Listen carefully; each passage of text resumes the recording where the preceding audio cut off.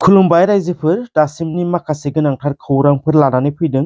नोंथांमोना भिडिअखौ स्किप खालामाजासेनो जोबजासिम नायजोब, जाहाथे नोंथाङा गोनां खौरांखौ जेन मिस खालामा। लोगोसेनो सानफ्रोमबोनि खौरां मोनबाय थानो थाखाय चेनेलखौ साबस्क्राइब खालामनानै लादो आरो बेल आइकनखौबो अल आव थुनानै लादो। लोगोसे भिडिअखौ नायनानै मोजां मोनोब्ला लाइक मोनसे होदो। नोंथांनि मोनसे लाइकआनो आंनि गिदिरथार थुलुंगा जागोन आरो नोंथाङा माबाफोर साजेसन होनो सानोब्ला कमेन्ट बक्सआ नोंथांनि थाखाय अरायबो खुला। अब्ला दिनैनि सेथि खौरां नोंथांमोननो होनो आखायाव लादों। थांनाय 1 फेब्रुआरिनिफ्राय लानानै दिनैसिम बर'फोरनि गेजेराव गिदिर मोनथाम जथुम्मानि खौरां लानानै फैदों।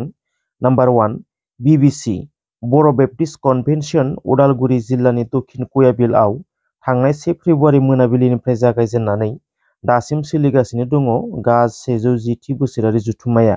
बे जथुम्मायाव आसाम एसेम्ब्लिनि स्पिकार बिस्वजित दैमारिया बाहागो लानानै मेहेरगोनां सुंद' बिबुंथि होनानै गोजोननायखौ फोरमायदों। नाम्बार 2, मेरु एबसुनि 56थि थान्दै जख'न्थाइ जथुम्माया थांनाय 2 फेब्रुआरिनिफ्राय जागायनानै दिनै जोबथा सान। गलाघाटनि हिरिम्बा नोगोराव खुंजानाय बे थान्दै जख'न्थाइनि जथुम्मानिफ्राय मिरु एबसुनि आफादगिरिया जेलाव थानाय एक्स-एनडिपिफोरनि गनायनि सायाव मा बुंखो नोंथांमोननो मोनथिहोनो सानो। बेराफारसेथिं माखासे राजनीतिक दैदेनगिरिफोरा रन्जन दैमारि आरो माखासे एक्स-एनडिपिनि गनायनि सायाव मा फोरमायदों बेखौबो नोंथांमोननो खोनासंहोनो थांगासिनो दङ। भिडिअखौ उइदाउट स्किप नायलांबाय था। आरो दाबि दैखांनायनि गेजेरजों गोख्रैनो राजखान्थियारि मोनसे पदक्षेप इनिशिएटिभ पलिटिकेल इनिशिएटिभ लानानै 4 बोसोर जिहेतु दफाया जाबाय, एकर्ड खालामनाया 4 बोसोर जाबाय आरो बिनि दफाफोरखौ मावफुंनांगौ।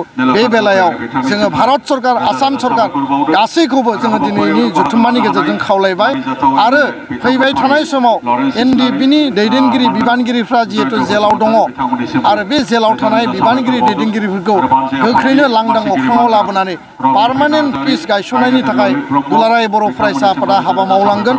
बर' हारिनि आफाद बर' फरायसा आफादआ जेलाव थानाय बिदा फंबायफोरखौ उदां खालामनायनि थाखाय खामानि मावलांगोन होननानै मिरु एबसुनि आफादगिरि दिपेन बर'आ बुंगासिनो दङ। जों मिजिं खालामो दुलाराय बर' फरायसा आफादआ गोसो मोदोम आरो सम होनानै जेलाव थानाय एक्स-एनडिपिफोरखौ उदां खालामनो खामानि मावलांगोन जिरायाजासे। बेराफारसे इउपिपिएलनि गोख्रों दैदेनगिरिफ्रा इउपिपिएलखौ नागारनानै पावारआव गैयै बिपिएफ दोलोआव हाबहैनानै रन्जन दैमारि आरो माखासे एक्स-एनडिपिनि उदां जानायनि सायाव मा फोरमायदों नोंथांमोननो दिन्थिनो थांगासिनो दङ। क'क्राझारनि तितागुरि जानागाव गेलेग्रा फोथाराव बिपिएफ हान्जानि मावफारिया जथुम्मायाव रोजा सुबुंनि नुजाथिनायखौ नुनो मोन्दों। बे जथुम्मायावनो बिपिएफ दोलोनि आफादगिरि हाग्रामा महिलारिया खौरांगिरिनि सिगाङाव बुंदों, बिपिएफनि बे मावफारिया जथुम्मायाव जेनेरेल पाब्लिकफोरखौ लिंनाय जायाखै, नाथाय जथुमनायफोरनि गेजेराव 80%आनो बिपिएफ वार्कार्सफोर होननानै बुंदों। बे जथुम्मायाव गासैबो धोरोमखौ लानानै मास प्रेयार लादों होनना मिथिनो मोन्दों। बे मावफारिया जथुम्मायावनो इउपिपिएलनि गोख्रों मावथि आरो दैदेनगिरिया बाहागो लानानै जेलाव थानाय एक्स-एनडिपिफोरा उदां जागोन एबा जाया बिनि सायाव मा बुंदों नोंथांमोना खोनासंग्रोदो। बिनि उनाव आरोबाव मोनथिनो गोनां बाथ्राफोर दंबावो, नोंथांमोना कीप अन वाचिं। पार्टियाव थानानै जों नांबोदोंमोन, नांनानै संगठनाव थानानै नांबोदों। नांबोनायजों लोगोसे जोङो ससियेल वार्कार जानानै बड' पिपल कमिटि फर पिस इनिशिएटिभनि अर्गानाइजिं सेक्रेटारि काउन्सिलनिमोन आङो। बेनिफ्राय आं मावबोबाय थादोंमोन। मावबोबाय थानानै जोङो मोनसे सिमां दंमोन जे जोंनि गोबां लोगोफ्रानो जिउ दान बावदों, गावथारजादों, बुथारजादों, थैजोबदों। बे सिमाङानो जाहैबाय जोङो आलादा हादर गोजोन रायजो खुंनो थाखाय। नाथाय जोङो जेलानाखि हांख्रायजानाय टाइमफ्राव, लिंहरनाय टाइमफ्राव, सान्थि आखद गोजोननाय समावहाय जेलानाखि जोंखौ लिंहरबाय, जोंनि दैदेनगिरिफोरखौ गासैबो फैजोबनानै आवगायनानै जोङो सान्थि आखदखौ जों खालामदोंमोन। बिनि थांखियानो जाहैबाय, सान्थि आखद खालामनायनि थांखियानो जाहैबाय जों बयबो जे जाहाथे गावबागाव जायगायाव गावबागाव न'आव थानानै जोङो सान्थियैनो मोजां मावना जालांनो हाथों होननानैहाय। साख्रि बाख्रि एबा माबा मोनसे लाइभलिहुडनि थाखाय जोङो सास्टेनेबल गावखौ खालामनो थाखाय जोङो बेखौ मावनो थाखाय जों टारगेट लादोंमोन। नाथाय जेलानाखि इउपिपिएल नङा, जेरावहाय नोंहा आबसु, इउबिअ आरो नोङो एनडिएफि मोनब्रै फेक्सन जेला आकर्ड जादों, आकर्ड जानायाव जेला जों आकर्डनि जिथु दफाफोरखौ नुदों, बेवहाय जोंहा मोनसे गोजोननाय गैयि जादों दे हिनियास एन्ड नन हिनियास क्राइमखौ लानानै जोंनि जिहेथु NDFE जेसेबांनाखि बिथांमोना जेलाव जानानै थादों बिथांमोननि गनायनि राहा लामाखौ जों नुवाखै बिनिखायनो जों गोजोननाय गैयि जादों आरो आकर्डनि उनाव जोङो नुनो मोनबाय जेराव BTCनि 2003-10 फेब्रुवारि आकर्ड जानायनि टाइमाव BTCआ जेरावहाय फुल प्लेजेड पावार दंमोन फुल प्लेजेड पावारा जाहैबाय चिफ जोंनिनो अन BTCआव चिफ जायो बिथाङा गासिबो डिपार्टमेन्टखौ सालायोमोन नाथाय BTRनि उनाव जेला आकर्ड जादों बिनि उनाव मा जाबाय CEM that means like executive मेम्बारफोरनिल' चिफ बिनि डिपार्टमेन्टआ आरो सोरबा सासे कन्ट्रल दंबावो स' बेखौ जों नुनानै दा अनेक दुखु मोनदों आरो जोङो रायजो राजाफोरनि मोखाङावबो नुदों दिनै गोजोननाय गैया बेखौनो जों बुंनो सानदों UPPLनि जिथु दा दैदेनगिरिफोर बिथांमोना बिसिनि गेजेराव कलाबरेसन कअपारेसन गैया कअर्डिनेसन गैया बिनिखायनो दिनै जोंबायदि सासे UPPLनि जानानै नांनानै होनानै देरहाहोनाय खाम्फासारखौ फेजेननाय बायदिया दिनै जोङो फेरेंगाखौ देरहाहोनाय बायदि मानसिया मानो थाखाय जोङो BPMआव जइन जाफिननो खोथा फैदों BPMआव मानो जइन जादों बेल' दे जोङो सिलायनाय लिडारफोरखौ नांगौ सिलायनाय लिडारफोरखौ लानानै जोङो जेरै जोंनि BTCआ 10 फेब्रुवारियाव आकर्ड जानानै जोंनोहाय उदांस्रि मोनसे सासे चिफ होननानै जोंनि बर'आ सिनायथि जादों आरो बे बर' सिनायथि जानायजों लोगोसेनो जोङो जोंनि हारिखौ जौगाहोनो हादों आरो रिसपेक्ट मोनदों मान मोनदों दिनै प्रमद बर'आ CEM जानानै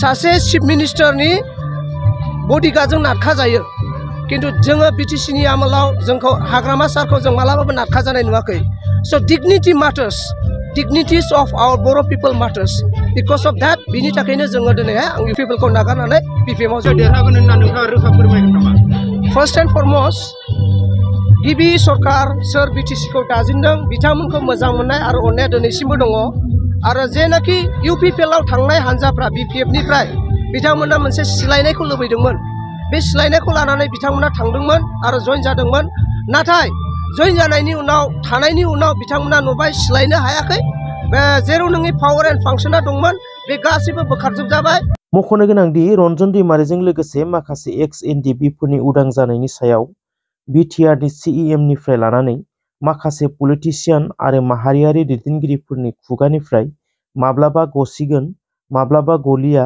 माब्लाबा गथ'नाय नङा माब्लाबा खामानिया सोलिगासिनो दं माब्लाबा थाबैनो गनो थांगासिनो दं बायदि बायदि रावफोरखौ खोनाबोगासिनो दङ जुदि गगोनब्ला आरो गनायनि खामानिखौ मावगासिनो दङब्ला बेसेबां नाजानायजों खामानिया सोलिगासिनो दङ बिनि फिथाइ महरै रायजो राजाया अरायबो नेनानै दङ समासो खोन्थासिगोन एबसुनि नाजानायजों रन्जन दैमारि आरो माखासे ex-NDP-फोरा उदां अख्राङाव फैगोनखौ जोङो अरायबो हास्थायो NLF-बिनि 18 सोद्रोमाफोरा प्रमद बर' दैदेननाय UPPL दोलोआव हाबफैदों UPPL दोलोआव माबा मोनसे अनसुंथाइ मोनगोनखौ आसा खालामनानै हाबफैदों होननानै खौरांगिरिनि सिगाङाव फोरमायनायखौबो नुनो मोन्दों बर' थुनलाइ आफादनि गाहाय नेहाथारि नीलकान्त गयारिया बर' बिजोंनि लेखानि गोरोन्थिनि सायाव ससियेल मिडियाआव दिन्थिना होनाय सासे फोरोंगिरिखौ बुंदोंमोन बबे डास्टबिननिफ्राय खनखांना लाबोखो होननानै बिथां गेदेमा नीलकान्त गयारिया बुंनाय बादिब्ला बे गोरोन्थि बिजाबखौ फरायसालिफोराव फोरोंनायानो जायाखैमोन नाथाय दिनै बे बाथ्राया रोखायै सोराङाव फैदों दि दुलाराय बर' फरायसालिफोरावनो बे गोरोन्थि बिजाबफोरा फोरोंजागासिनो दङ नाथाय दिनै नीलकान्त गयारिया मा बुंखो फै जों खोनासंनि जोबोद दुखु गोनां बे आसलथे बाथ्राफ्रा दाख्लैबावै FLNनि जि मोनसे बिजाब SRTआ दिहुनबाय बेवहाय गोरोन्थियानो गोरोन्थि दा बे गोरोन्थिखौ लानानै जोंनि गेजेराव गोबां बाथ्रा दान्थेलायनाय सोलिदों थुनलाइ आफादा जों रावजोंबो बाथ्रा दान्थेनो जों थाङा नाथाय जों इतिमध्य सरकारनो जोङो 7 एक्सपार्ट कमिटिनि नामखौ जों हरबाय आरो बियो नैबे 5 फेब्रुवारिनिफ्रायनो जोंहा माने सानब्रैनि मोनसे एक्सपार्टफोरखौ लानानै मा मायाव गोरोन्थि जादों बेनि सायाव बेखौ सोदांनायनि मोनसे हाबाफारि जागोन आसाम सरकारनि जि बर' बिजोंनि सायाव जि पलिसि आं जुदि बुङोब्ला थोंजोङै सासे बिबानगिरि हिसाबै मोजां नङा जोंहा दिनै बुंदों जे 6.3 जों बिथार गोरोबथानि गेजेरजों स्कुलफ्रा प्रभिन्सियेलाइज जानांगौ कलेजफ्रा प्रभिन्सियेलाइज जानांगौ नाथाय आसाम सरकारनि जि गोसो बेखौ नुयोब्ला माने एसे माने एरायनानै सोलिनो नागिरनाय बायदिखौ जों नुनो मोनदों।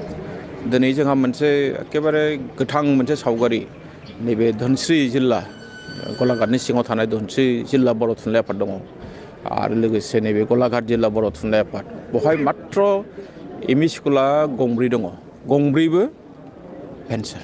दासिमनि थाखाय खौरां बेसेबांखिनियानो। थेंक इउ सो माच रायजोफोर जायफ्रा जोबजासिम नायजोब्बाय। थेंक इउ सो माच।